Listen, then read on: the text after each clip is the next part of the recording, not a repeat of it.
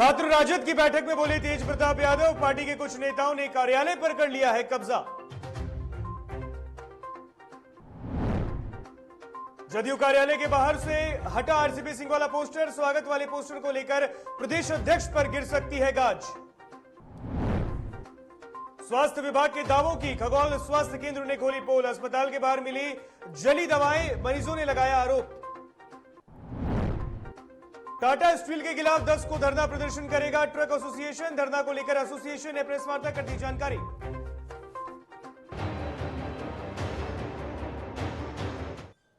नमस्कार, आप देख रहे हैं डीटीवी भारत और मैं हूं आपके साथ ऋतिक। खबरें विस्तार से। राष्ट्रीय जनता दल में जारी गृह युद्ध के बाद अब जदयू में भी गृह युद्ध की सुगबुगाहट देखने को मिली है। दरअसल 16 अगस्त को जदयू के पूर्व राष्ट्रीय अध्यक्ष और केंद्रीय इस्पात मंत्री आरसीपी सिंह का मंत्री बनने के बाद पटना आगमन होना है, जिसको लेकर पटना में पोस्टर चस्पा किया गया है। वहीं इस पोस्टर के लगाए जाने के बाद पार्टी में अंतरकलह की बातें सामने आने लगी, क्योंकि पोस्टर पर पार्टी के राष्ट्रीय अध्यक्ष ललन सिंह और संसदीय बोर्ड के अध्यक्ष उपेंद्र कुशवाहा की तस्वीर ही नदारद थी। वहीं इस पोस्टर लगाए जाने को लेकर जब खबरें मीडिया में फैल गई तो तुरंत पार्टी के द्वारा पार्टी के नेता अभय कुशवाहा की तरफ से लगाए गए सभी पोस्टरों को हटा दिया गया और पार्टी के प्रदेश अध्यक्ष उमेश सिंह कुशवाहा ने कहा कि यह प्रोटोकॉल का खुला उल्लंघन है, जिसके लिए जवाब मांगा जाएगा। वहीं इन सबके बीच जदयू के राष्ट्रीय अध्यक्ष ललन सिंह और जदयू संसदीय बोर्ड के अध्यक्ष उपेंद्र कुशवाहा से अचानक रविवार की सुबह हुई मुलाकात भी बढ़ती हुई अटकलों को तेज करता हुआ दिखा है। हालांकि इस सवाल को उपेंद्र कुशवाहा ने सिरे से खारिज करते हुए सवालों से बचते नजर आए। से अलग कितनी बार हम लोगों की मुलाकात होती है, इसकी खबर आप लोगों को नहीं रहती है ना, इसलिए आप लोगों को लगता है कि आज मुलाकात हुई। हम लोगों की ऐसी मुलाकात अक्सर होते रहती है। इनके घर पर भी हम जाते हैं, हमारे यहाँ भी कभी कभी आते हैं, तो मुलाकात चलते रहती है। कभी कभी आप लोग देखते हैं इसलिए ऐसी बात कर। पार्टी है, हम लोग एक साथ ही हैं, तो काम पार्टी के लिए नीतीश कुमार जी को मजबूत करने के लिए करते रहते हैं। उसी क्रम में मुलाकात होती रहती है, कोई व्यक्तिगत मुलाकात, पार्टी के लिए मुलाकात। और आरजेडी के प्रदेश कार्यालय में पटना में छात्र राजद की 1 दिवसीय बैठक का आयोजन किया गया, जिसमें बिहार के पूर्व स्वास्थ्य मंत्री और हसनपुर से राजद विधायक तेज प्रताप यादव ने पार्टी के कार्यकर्ताओं को संबोधित किया। इस दौरान तेज प्रताप यादव ने इशारों में कई पार्टी के कई नेताओं पर भी हमला बोल दिया। उन्होंने कहा कि पहले पार्टी कार्यालय खुला रहता था, लेकिन अब कुछ लोगों ने कार्यालय पर ही कब्जा जमा लिया है। वहीं इस बैठक के दौरान गंभीर बीमारी से पीड़ित बिहार के लाल अयांश को बचाने के लिए छात्र राजद ने भी डोनेशन कैंप शुरू किया है और डोनेशन बॉक्स बनाकर लोगों से मदद मांगने की भी पहल की है। जो सच्चाई है, मनमानी है, मनमानी किसी की कुर्सी बकौती नहीं है, कुर्सी किसी का नहीं हुआ। हम भी मंत्री रहे, हमको भी पद से हटना पड़ा, इसलिए कुर्सी किसी का नहीं है। हाँ, हमें वैसा छाप छोड़ना चाहिए कि अगर हमारी कुर्सी भी चली जाए तो वो बंदा हमको याद। बेगूसराय में पुलिस को बड़ी सफलता हाथ लगी है। पुलिस ने विदेशी शराब से लदे ट्रक के साथ 2 कारोबारी को गिरफ्तार किया है, तो वहीं ड्राइवर मौके से फरार है। फिलहाल पुलिस मामले की जांच कर रही है। तो वहीं सूत्रों की माने तो शराब खगड़िया से होते हुए बेगूसराय सिंघौल थाना क्षेत्र की ओर कूच कर रहा था, तभी गुप्त सूचना के आधार पर पुलिस ने बड़ी कार्रवाई की।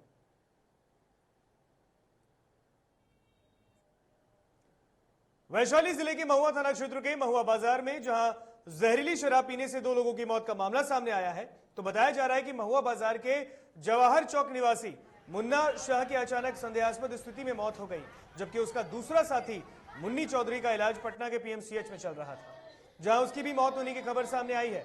बताया जा रहा है कि दोनों की मौत जहरीली शराब पीने से हुई है। मृतक के घर के आसपास शराब की बोतलें बरामद हुई हैं। तो इस संबंध में महुआ एसडीपीओ पूनम केशरी ने बताया है कि मामले की जांच की जा रही है। साथ ही एसडीपीओ ने कहा कि जहरीली शराब कारोबार में संलिप्त जो भी लोग होंगे, किसी भी हाल में उन्हें बख्शा नहीं जाएगा। मिली है हमको कि शराब पिए हैं ये लोग, जो परिवार वाले कह रहे हैं परसों से इनकी तबीयत खराब हुई है और आज वो डेथ किया है। इन्वेस्टिगेशन चल रही है कि इसके पीछे क्या एक्चुअल मामला है, ये बता रहे शराब, इसलिए हम लोग तुरंत चाह रहे हैं कि उसका टेस्ट हो जाए और टेस्ट में ये जानकारी मिल जाए कि एक्चुअली उसके शराब के अंश है कि नहीं है। तो शराब का अंश आ जाए तो उनके ऊपर कठोर कार्रवाई करेंगे हम लोग। और दानापुर के खगौल में स्वास्थ्य विभाग का कारनामा सामने आया है, जहां स्वास्थ्य विभाग के कर्मचारी द्वारा मरीजों को दी जाने वाली मुफ्त दवाओं को बांटने के बजाय आग के हवाले कर दिया गया। ये दवाइयां अस्पताल के मेन गेट के सामने जलाई गई हैं। स्वास्थ्य विभाग की पोल खोलती ये तस्वीर खगौल प्राथमिक स्वास्थ्य केंद्र की है, जहां अस्पताल के बाहर जली हुई ये दवाइयों की तस्वीर ये बता रही है कि सरकार और स्वास्थ्य विभाग लोगों की सुरक्षा को लेकर कितना सचेत है। दरअसल खगौल प्राथमिक स्वास्थ्य केंद्र के मुख्य द्वार के पास पड़े कूड़े के ढेर में काफी मात्रा में बच्चों के इलाज के लिए दी जाने वाली दवाएं, महिलाओं की डिलीवरी के दौरान दी जाने वाली आयरन की गोलियां, खांसी के इलाज में इस्तेमाल होने वाली दवाएं, जिसको जला दिया गया। तो कुछ अधजली हालातों में है, जबकि स्थानीय लोगों और मरीजों की माने तो इस प्राथमिक स्वास्थ्य केंद्र में मरीजों को बाहर की दवा लिखी जाती है। हाँ, दवा नहीं मिलता है हम लोग को। क्या बोला जाता है? दवा रहता है ना तो ये वो खाली एथी भी ना 14 भी हम लोग खरीद ही के लाते हैं, यहाँ नहीं मिलता है। सारा दवा मार्केट से खरीदती हैं? हाँ, हम लोग खरीद के टोटल। वहीं इस संबंध में जब हमने खगौल चिकित्सा प्रभारी से पूछा तो पहले तो उन्होंने इस तरह की घटना से साफ इनकार करती नजर आई। बाद में जब अपने आंखों से उन्होंने अधजली पड़ी भारी मात्रा में दवा, टैबलेट और सिरप को देखा तो किसी साजिश के तहत उन्हें बदनाम करने का आरोप लगाने लगी। ये पता नहीं है, अगर ऐसा है तो हम इसकी इंक्वायरी करेंगे कि यहाँ पे कौन किया है। हम पूछ रहे हैं फार्मेसी से, अगर उन्होंने दिया है और जलाया है तो हम उनके पर कार्रवाई करेंगे, और अगर नहीं उन्होंने दिया है ये कहाँ से आया दवा जो कि ये है, हम इसकी भी इंक्वायरी करेंगे, जांच करेंगे। जांच के बाद कार्रवाई करेंगे। हालांकि हालातों को जानने के लिए जब हमने वहां कार्य पर तैनात एक एएनएम से पूछा तो उन्होंने इस मामले से साफ इनकार कर दिया। हाँ, हमारे पास जो मरीज आता है जो दवा उपलब्ध है दिया जाता है। तो दवा फेंका हुआ है, बाहर जलाया हुआ है। हमारा 2 बजे से ड्यूटी है, हम आए हैं इमरजेंसी में जो पेशेंट है हम लोग देख रहे हैं उसको। दवा कैसा फेंका हुआ जलाया गया है? वो नहीं देखे। किसकी जिम्मेवारी? हम देखे ही नहीं है, जो झाड़ू पोछा किया होगा, जो जिनको बहुत सारा दवा आपके सामने जलाया हुआ है। बहरहाल सबसे बड़ा सवाल है, आखिर मरीजों को दी जाने वाली दवा इतनी बड़ी मात्रा में बच कैसे गई? इससे साफ तौर पर पता चलता है कि मरीजों को दवा कभी दी ही नहीं गई। हालांकि जो भी हो, अब तो ये जांच के बाद ही पता चल पाएगा कि ये कैसी दवाएं हैं और ये बच कैसे गई, किसे जलाना पड़ा, साथ ही जलाने की अनुमति किसने दी, ये भी जांच का विषय है। लेकिन ये तय है कि विभाग लोगों की सुरक्षा को लेकर कितना सचेत है, ये जग जाहिर है। डीटीवी भारत के लिए दानापुर से पंकज की रिपोर्ट। कोरोना का संक्रमण अभी खत्म नहीं हुआ, जिसको लेकर सरकार द्वारा लोगों को एहतियात बरतने की बात तो लगातार की जा रही है, लेकिन आज भी ग्रामीण क्षेत्रों में लोग इसको लेकर अब भी उदासीन हैं। ये तस्वीर सुपौल के छातापुर प्रखंड के लक्ष्मीनिया स्थित उत्क्रमित मध्य विद्यालय की है, जहां विद्यालय शिक्षा समिति के गठन की प्रक्रिया की जा रही है और इस प्रक्रिया के दौरान बड़ी संख्या में लोग एक कमरे में इकट्ठा हैं, लेकिन इस दौरान कोरोना गाइडलाइन का पालन तक नहीं किया गया। सचिव का ही नहीं, विद्यालय शिक्षा समिति के सभी सदस्यों का चयन हो रहा है, उसके बाद सचिव का चयन किया जाएगा। कोविड का देख रहे हैं उल्लंघन किया जा रहा है गाइडलाइन का। जी नहीं, सबको समझाया जा रहा है, लेकिन देहाती क्षेत्र है, कोई मानने के लिए तैयार ही नहीं है। पूरा भीड़ लगा दिया है, इसमें हम क्या कर सकते हैं।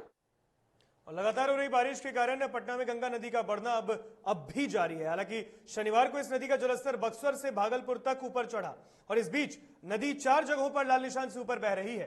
तो वहीं पुनपुन नदी का जलस्तर तेजी से घटना शुरू हुआ है, लेकिन अब भी जलस्तर लाल निशान से ऊपर ही है।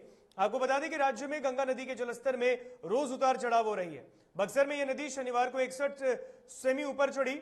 पटना के गांधी घाट पर यह नदी शनिवार को 23 सेंटीमीटर ऊपर चढ़ी, जो लाल निशान से 68 सेंटीमीटर ऊपर चली गई है। तो वहीं दीघा घाट में 33 सेमी ऊपर चढ़कर लाल निशान शनिवार को पार कर गई, जबकि हाथीदह में 56 और भागलपुर में 16 बह रही है। तो वहीं मुंगेर में गंगा का जलस्तर बढ़कर 38.67 मीटर तक पहुंच गया है, जबकि बढ़ोतरी की रफ्तार में थोड़ी कमी देखी गई है। हालांकि गंगा का जलस्तर बढ़ने के कारण कई ग्रामीण इलाकों में बाढ़ का पानी फैला है। तो वहीं राजधानी क्षेत्र के कई इलाकों का दौरा पूर्व केंद्रीय मंत्री और पटना साहिब से सांसद रविशंकर प्रसाद ने किया है। बिहार सरकार और कहानियां भी अजब गजब हैं। अब तक आपने यही सुना होगा कि किसी भी सरकार के विभाग का कार्यालय उस राज्य में होता है, यहां तक कि जिला स्तर कार्यालय भी जिले में ही होता है। लेकिन बिहार सरकार के एक विभाग का कार्यालय उत्तर प्रदेश में चल रहा है और हैरानी की बात तो यह है कि विभाग और कार्यालय का काम बिहार में होता है। बिहार सरकार के खजाने से अधिकारियों को वेतन दिया जाता है, जवाबदेही और जिम्मेदारी बिहार के प्रति है, लेकिन इसका कार्यालय उत्तर प्रदेश में चल रहा है। आखिर कौन सा है वो विभाग जो अपने इस अनोखे काम के लिए चर्चा में है? जानने के लिए इस रिपोर्ट को देखिए।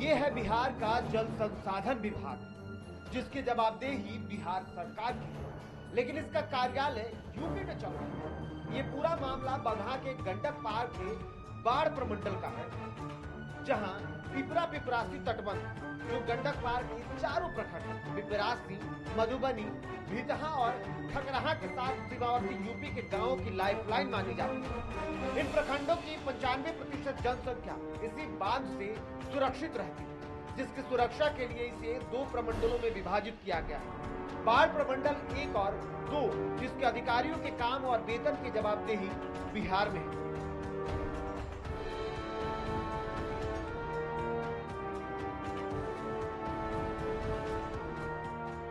लेकिन विभागीय विडंबना तो देखिए, इसका कार्यालय लगभग 30 किलोमीटर दूर यूपी के कुशीनगर जिले के पडरौना में है। सबसे बड़ी विडंबना तो यह है कि यहाँ सरकार हर तरफ विकास का दावा करती है कि बिहार में विकास हुआ है, तो ये सच्चाई है कि इतना विकास हुआ है कि दूसरे राज्य तक पहुँच गया है। नीतीश कुमार का विकास दूसरे राज्य में उड़ रहा है। 10 वर्ष पहले इसी क्षेत्र में संसाधनों की कमी के कारण लगभग 10 करोड़ की लागत से दोनों प्रमंडलों के कार्यालय के साथ आईबी भवन का निर्माण यूपी में कराया जा रहा है।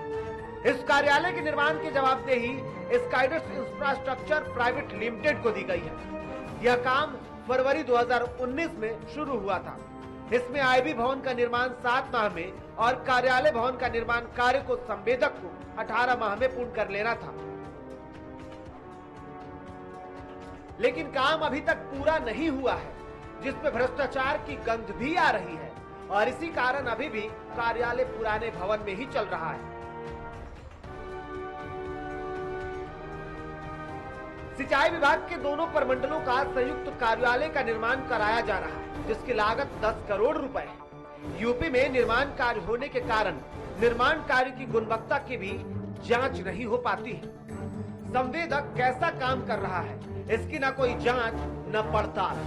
वहीं अब ऐसे काम से ग्रामीणों में भी आक्रोश देखने को मिल रहा है।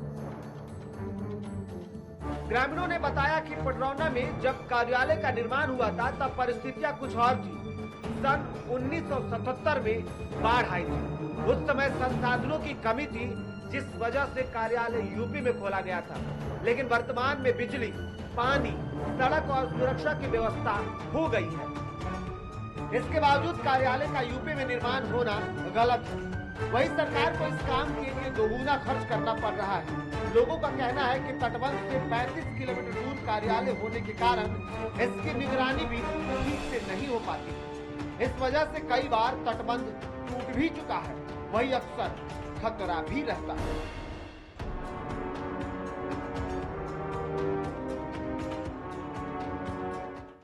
1977 में जब बाढ़ आई थी, बाढ़ का जो समस्या उस समय उत्पन्न होता तो उस समय यहाँ से विस्थापित होकर के कुछ क्षण के लिए पडरौना में स्थापित किया गया था भवन को। लेकिन अगर इस तरह की बात है तो इस पे सरकार को संज्ञान लेना चाहिए कि यह गंडक कॉलोनी जो बन रहा है पडरौना में, यह अपने क्षेत्र में बनना चाहिए, जबकि ज़मीन भी गंडक विभाग का उपलब्ध है, लेकिन शासन प्रशासन और विभागीय लापरवाही के कारण यह भवन उत्तर प्रदेश में बन रहा है। जबकि हमारा बिहार संपन्न हुआ है। आज नीतीश जी की सरकार है। नीतीश जी की सरकार में हम सब लोग सुरक्षित हैं। अगर यहाँ अधिकारी रहते तो जनता भी सुरक्षित रहती। उन लोगों के द्वारा विकास का कार्य होता है। जो भवन आज उत्तर प्रदेश में है वो हमारे मधुबनी प्रखंड में दिखाई देता, यह कितना शोभनीय बात होती। वहीं महेश्वर शर्मा एसी प्रमंडल 2 पडरौना ने बताया कि संवेदक की ओर से धीमी गति से काम किया जा रहा है, कार्य को जल्द पूरा करने को कहा गया है। वहीं मधुबनी प्रखंड में भूमि अधिग्रहण को लेकर विभाग को चिट्ठी भेजा गया है। अभी तो ऐसी कोई प्रक्रिया नहीं हुई है। अभी जमीन के बारे में पता लगाने के लिए एग्जीक्यूटिव मेयर को चिट्ठी लिखी गई है कि वो जमीन वाकई है, अगर विभाग का अधिग्रहित है, अंचल से पता करके बताएंगे, रिपोर्ट देंगे तो फिर उस पर अगली कार्रवाई की जाएगी। अब सवाल ये है कि जब अधिकारी भी संवेदक के काम से खुश नहीं है, वही ग्रामीण इस काम से नाराज हैं, तो ये कार्यालय किसके लिए खोला जा रहा है? क्या ठेकेदार के लिए? और ऐसा भी चलता रहा तो ये बांध कितने दिन तक चलेगा और कैसे विकास होगा, ये तो भगवान भरोसे ही।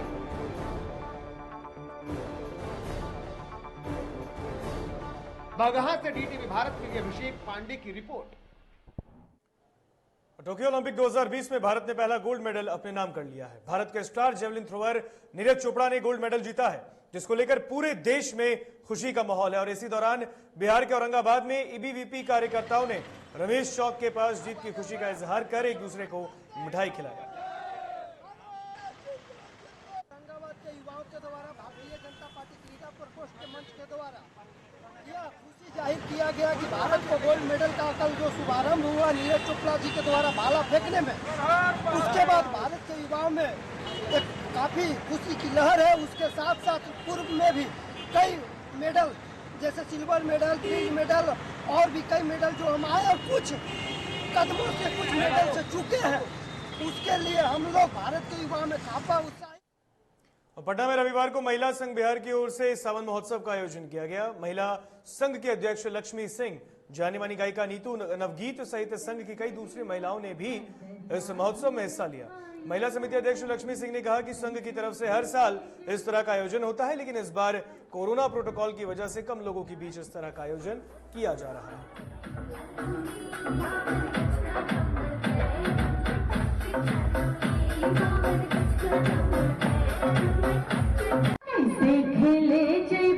सावन में कजरिया बदरिया धीर आइल नदी कैसे। खबरें आगे और भी हैं, लेकिन यहाँ रुकेंगे छोटे से ब्रेक के लिए, कहीं मत जाइएगा।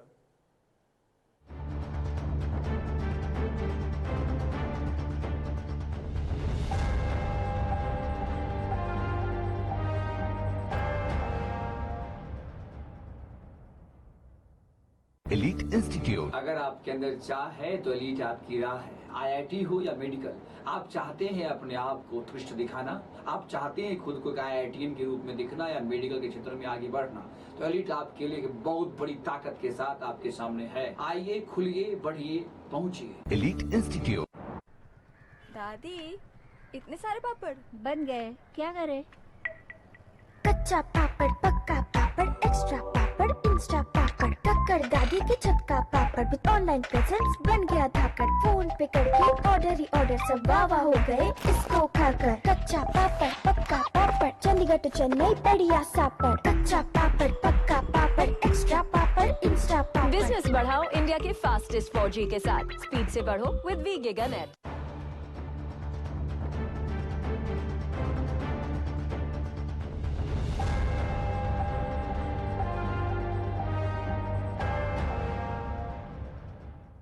ब्रेक के बाद एक बार फिर स्वागत आपका डीटीवी भारत में। बढ़ते हैं खबरों में आगे। मुख्यमंत्री हेमंत सोरेन ने शहीद निर्मल महतो की 34वीं पुण्यतिथि पर उनकी तस्वीर पर माल्यार्पण कर श्रद्धांजलि दी। इस दौरान मुख्यमंत्री ने कहा कि कोरोना महामारी के बीच पूरा राज्य कोविड-19 प्रोटोकॉल के तहत शहीद निर्मल महतो के शहादत दिवस को मना रहा है। मुख्यमंत्री ने कहा कि झारखंड अलग राज्य के आंदोलन में उन्होंने अग्रणी भूमिका निभाई, उनके नेतृत्व क्षमता अद्भुत थी। आज अपने एक वीर शहीद निर्मल महतो जी का 34वां शहीद दिवस है। आज इस वैश्विक महामारी में राज्य के हर कोने में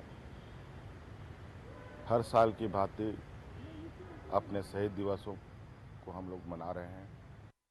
और झारखंड आंदोलन के अग्रणी नेता रहे निर्मल महतो की आज पुण्यतिथि है। आज के ही दिन यानी कि 8 अगस्त को आज से 34 साल पहले उनकी गोली मारकर हत्या की गई थी, जिसके बाद झारखंड आंदोलन की दिशा और दशा बदल गई और अंत में 15 नवंबर 2000 को झारखंड के रूप में अलग राज्य की घोषणा की गई। आज उनकी पुण्यतिथि के अवसर पर बिष्टुपुर स्थित चमरिया गेस्ट हाउस के पास स्वर्गीय निर्मल महतो की प्रतिमा पर सुबह से ही श्रद्धांजलि देने वालों का तांता उमड़ पड़ा। इनमें मुख्य रूप से झारखंड सरकार के मंत्री बन्ना गुप्ता, जो कि स्वास्थ्य मंत्री हैं, चंपई सोरेन, जमशेदपुर के सांसद विद्युत वरण महतो, घाटशिला विधायक रामदास सोरेन, पोटका विधायक संजीव सरदार सहित उनके परिवार के सदस्य, ईचागढ़ की विधायक सबीना महतो और सभी राजनीतिक दलों के नेताओं ने उन्हें श्रद्धांजलि दी। सभी ने निर्मल दा को याद कर उनके सपनों के झारखंड का निर्माण करने का संकल्प लिया। शहीद निर्मल महतो के शहादत दिवस पर हम श्रद्धा सुमन समर्पित करने के लिए आए हैं और आप सभी लोग जानते हैं कि झारखंड के आज़ादी के आंदोलन में विश्व गुरु शिबू सोरेन जी के नेतृत्व में शहीद निर्मल महतो जी की बलिदानी को हम सभी कभी भूल नहीं सकते। सरायकेला जिले के कुनाबेड़ा चौक पर झामुमो जिला अध्यक्ष डॉक्टर सुबेंद्र महतो की अध्यक्षता में शहीद निर्मल महतो के 34वें शहादत दिवस के मौके पर उनकी मूर्ति पर माल्यार्पण की गई, जहां झामुमो के कई नेता और कार्यकर्ता मौजूद रहे।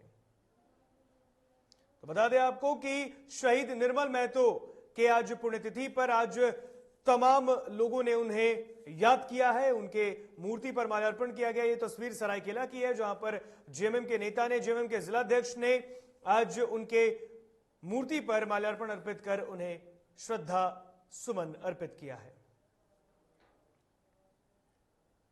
तो वहीं Jamshedpur truck and trailer owner association 10 अगस्त से टाटा स्टील गेट पर धरना देने की तैयारी में है।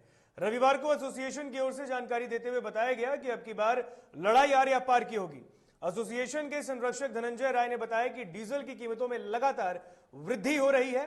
टाटा स्टील अपने रजिस्टर्ड वेंडरों में माल ढुलाई में किराए में बढ़ोतरी करती है, लेकिन वेंडर अपने अधीन चलने वाले स्थानीय गाड़ी मालिकों को पुराने दर पर ही किराए का भुगतान कर रहे हैं, जिससे उनके पास अब रोजी रोटी की समस्या आन पड़ी है।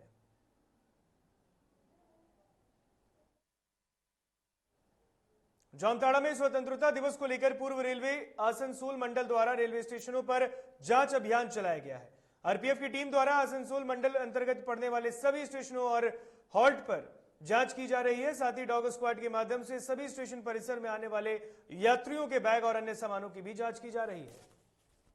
जामताड़ा स्टेशन में और जो वरिष्ठ मंडल सुरक्षा जो आसनसोल हैं हम लोग के, और उनके आदेश पर और हमारे प्रभारी निरीक्षक जामताड़ा के निर्देश पर 15 अगस्त को देखते हुए डॉग स्क्वाड की टीम जो आसनसोल से आई हुई है, उसके साथ हम लोग मिलजुल रूप से एक सुरक्षा अभियान के तहत पैसेंजर यात्रियों की सुरक्षा हेतु एक सघन जांच कर रहे हैं। 15 अगस्त को देखते हुए ये जांच चितरंजन स्टेशन पर भी किया गया और जामताड़ा स्टेशन पर भी चल रहा है, और लोकल से हम लोग जाएंगे विद्यासागर स्टेशन, वहां भी सघन चेकिंग अभियान चला। धनबाद के नुनकुडी में संपत्ति विवाद को लेकर छोटे भाई ने बड़े भाई पर गोली चला दी और इस घटना में बड़े भाई विकास का परिवार बाल बाल बचा। घटना के बाद पीड़ित ने पुलिस को सूचना दी। पीड़ित ने बताया कि संपत्ति विवाद में उसके छोटे भाई ने उस पर गोली चलाई है। फिलहाल पुलिस मामले की जांच कर रही है।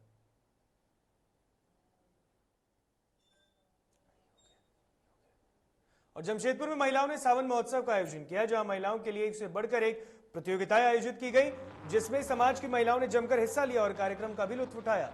इस दौरान इनर व्हील क्लब संस्था के अध्यक्ष अनुराधा चौधरी ने बताया कि 2 साल बाद यह कार्यक्रम हो रहा है।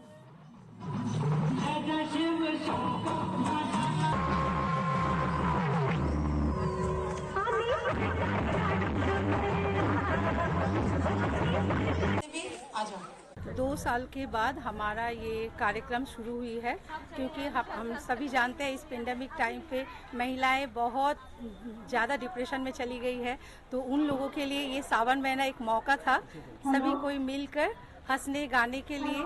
तो हमारा ये मोटो था जो हम लोग सब मिलके ये प्रोग्राम में खुल के महिलाओं को मस्ती करने दें और फन गेम करें।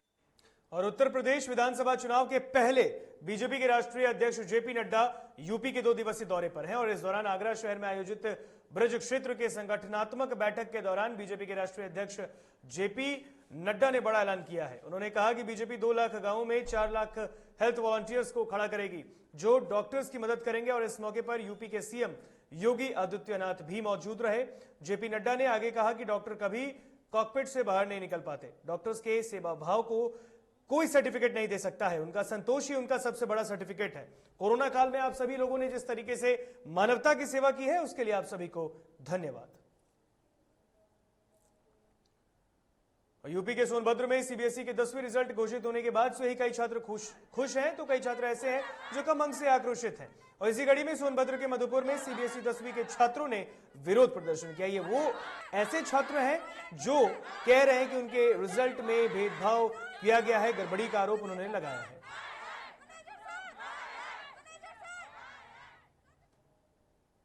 फिलहाल खबरों में इतना ही। मुझे दीजिए इजाजत। देखते रहिए डीटीवी भारत। नमस्कार।